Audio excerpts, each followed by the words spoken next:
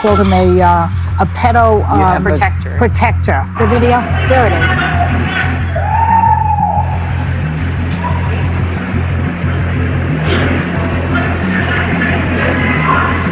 And Trump flipped him the bird a couple of times and used the F word on him. That is not what I call presidential.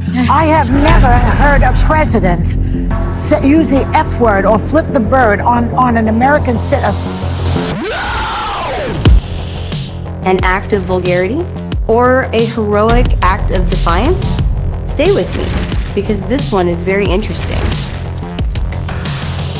In the heart of American industry at the Ford plant in Michigan, a moment unfolded that captured raw defiance.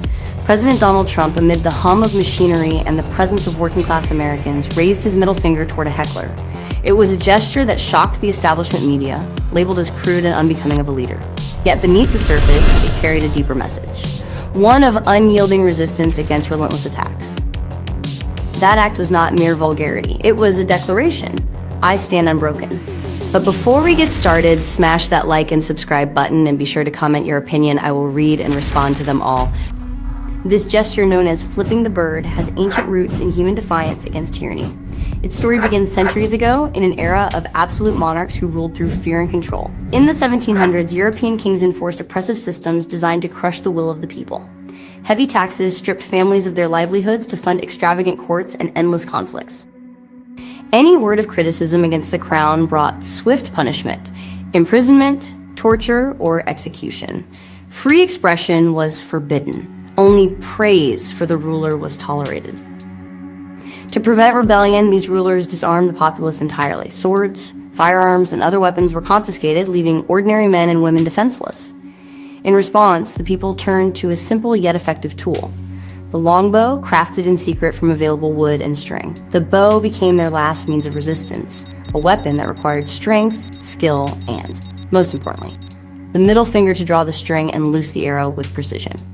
The king, ever vigilant against uprising, targeted this very capability. Suspected dissenters were hunted down, and in a calculated act of cruelty, their middle fingers were severed. This mutilation ensured they could never again pull a bowstring, rendering them harmless in the eyes of power. But the human spirit refused to submit. When the king appeared in public, demanding displays of loyalty, the defiant stood firm. They raised their fists high, middle finger extended, as a bold statement. You failed to break me. I still possess the power to resist. Accompanying the gesture came the shout, "Pluck you!" A direct taunt meaning, you missed your chance. You didn't pluck my finger. I remain capable. I remain standing against your tyranny. Over generations, that phrase evolved through language and culture into the sharp, forbidden word we recognize today. What began as an act of solidarity against oppression transformed into a universal symbol of rebellion. The middle finger gesture itself traces even further back, appearing in ancient records as an obscene insult, but this particular narrative of defiance, born from disarmed people reclaiming their power, captures its enduring meaning. Consider the parallel in our time. The modern establishment mirrors those old tyrants, overtaxing citizens, silencing dissent through censorship and legal pressure, propping up compliant voices while punishing those who challenge the status quo.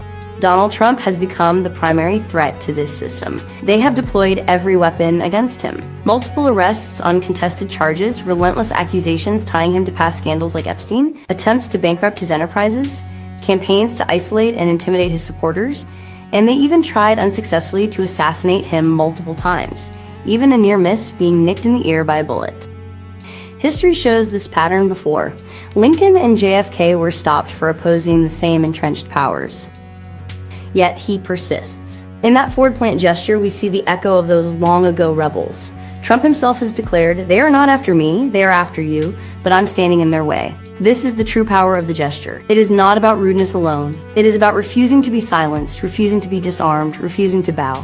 From ancient bows to modern rallies, the middle finger endures as a reminder. Tyranny may try to cut you down, but the will to resist rises again.